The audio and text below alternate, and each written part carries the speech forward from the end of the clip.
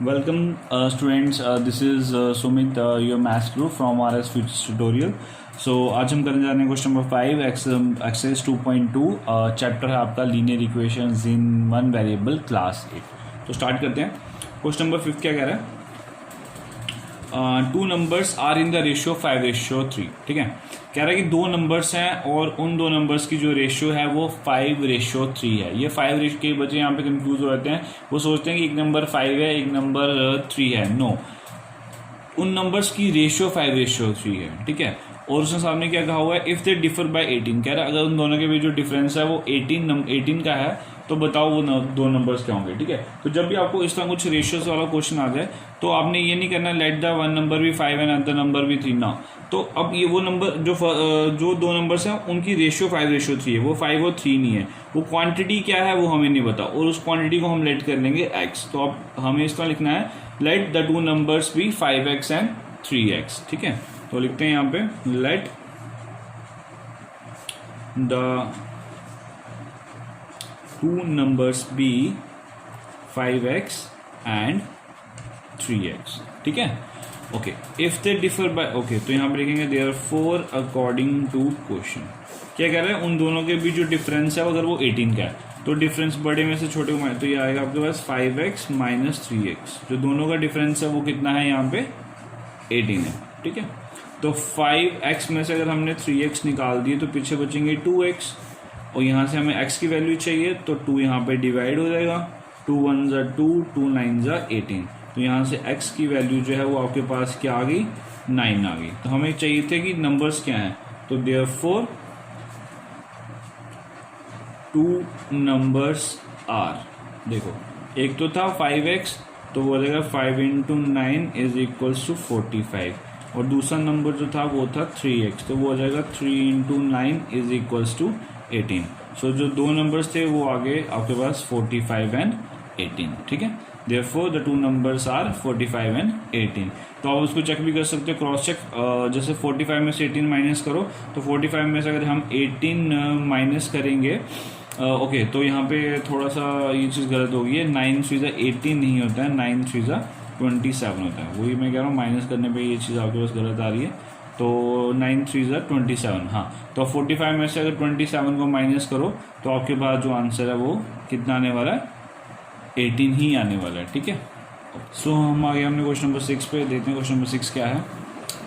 3 consecutive integers add up to 51, what are the integers. कह रहा है कि 3 कॉन्जिक्यूटिव इंटीजर्स हैं जिनको हम ऐड करें तो उनका सम जो है वो 51 आता है। हमें ये फाइंड करना है कि वो इंटीजर्स जो हैं वो कौन से होंगे। ठीक है, तो अब यहाँ पे सबसे पहले बात अगर हम समझें तो हमें यहाँ पे समझना है कि कॉन्जिक्यूटिव क्या होता है। ठीक है, तो इंटीजर्स को हमें पता है कि all positive and negative numbers including zero are known as integers. So consecutive क्या होता है? देखो बेटा, कॉन्जिक्यूटिव होता है कि एक के बाद एक। ठीक है, जैसे 1 का कॉन्जिक्यूटिव क्या होता है? 2 का कॉन्जिक्यूटिव क्या होता है? 3। ठीक है, सो हम यहाँ पे हमें 3 कॉन्जिक्यूटिव इंटीजर्स लेने हैं जिनका जो सम है वो 51 आता है। ठीक है, सो सपोज करो हम जो फर्स्ट कॉन्जिक्यूटिव इंटीजर है वो x लेते हैं। तो अगर एक नंबर एक इंटीजर जो है वो x है तो x का कॉन्जिक्यूटिव क्या होगा? x+1, और x+1 का कॉन्जिक्यूटिव क्या होगा? x+2। सो 3 कॉन्जिक्यूटिव इंटीजर्स जो हैं वो हमारे पास कौन कौन से आ जाएंगे? x, x+1 and x+2। ठीक है, तो यहाँ पे लिख लेते हैं let the 3 consecutive integers be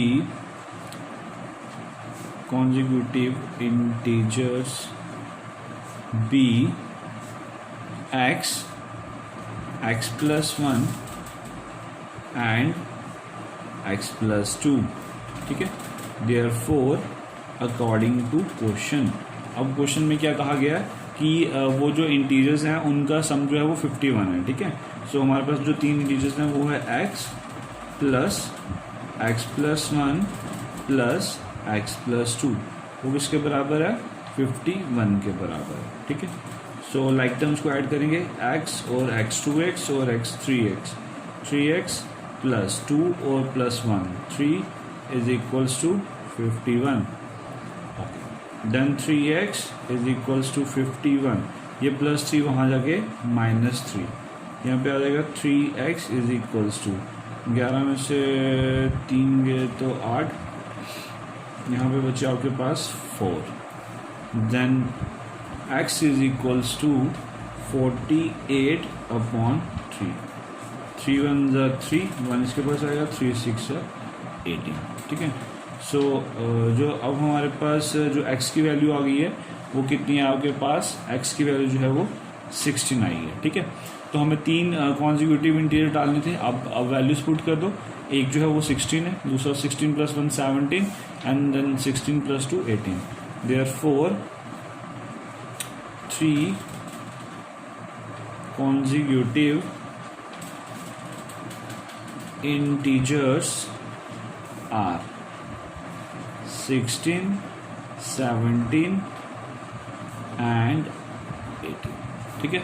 so easy question था। अब चलते हैं अपने नेक्स्ट क्वेश्चन 7 पे। सो हम आ गए अपने क्वेश्चन नंबर 7 पे। सो हमारा क्वेश्चन नंबर 7 क्या देखते हैं, the sum of 3 consecutive multiples of 8 is 888, मतलब कि 888। तो आपको मल्टीपल जो है फाइंड करने हैं। इससे पहला वाला जो क्वेश्चन था उसमें ये था कि जो आपके पास 3 कॉन्जिक्यूटिव इंटीजर्स हैं और उनका सम जो है वो 74 आई थिंक कुछ इसी तरह का क्वेश्चन था। तो अब इसमें आपको जो चेंज है पहले वाले क्वेश्चन से वो क्या है, यहाँ पे आपको मल्टीपल्स कहा गया हुआ है, ठीक है। सो जैसे इसने बोला हुआ कि मल्टीपल्स ऑफ 8।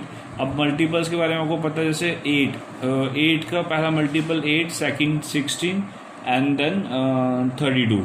सो ये इस तरह में मल्टीपल्स होते हैं। अभी इसमें हमें लेट क्या करना है, एक्स लेट करना है। एक जो है वो कॉन्जिक्यूटिव जो है इंटीजर जो है वो आपका एक्स होगा, तो नेक्स्ट जो है उसका हमें 8 का मल्टीपल चाहिए। तो देखो जैसे कि अगर हम यहाँ पे हमारे पास जो अगर हम एक कॉन्जिक्यूटिव इंटीजर है वो एक्स लेते हैं, अब हमें मल्टीपल ऑफ 8 चाहिए, तो नेक्स्ट जो होगा वो x + 8 होगा और उससे जो नेक्स्ट होगा वो x + 16 होगा, ठीक है।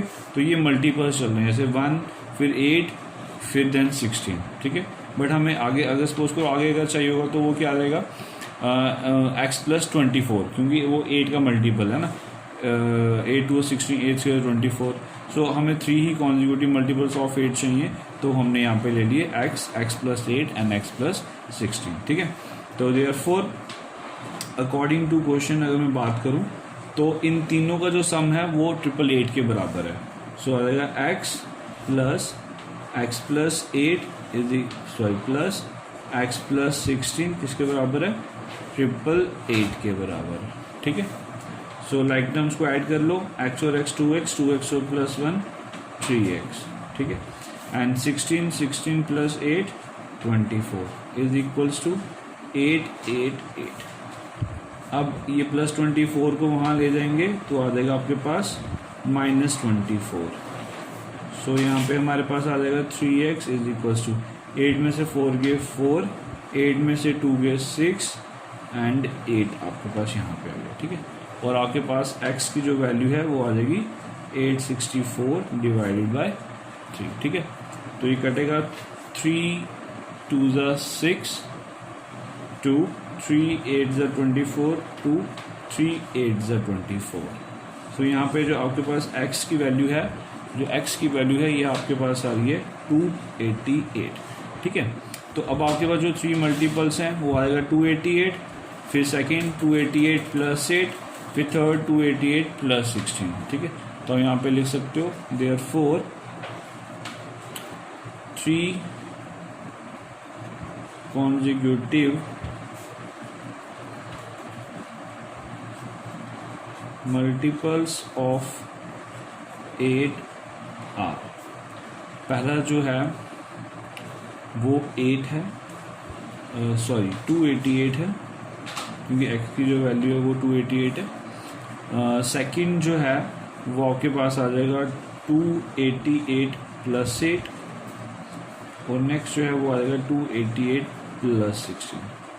तो एक तो हो गया 288, ये आ जाएगा 8 और 8 16, 1 कैरी 296, 8 और 6 14, 1 कैरी 8 1 9 और 1 10, 2 + 1 3 304। तो आपके पास आ गया 288 296 एंड 304। ठीक है, तो यही आपके पास 3 कॉन्जिक्यूटिव मल्टीपल्स ऑफ 8 आ गए। ठीक है, आई होप कि आपको ये क्वेश्चन अंडरस्टैंड हुआ होगा। Thank you.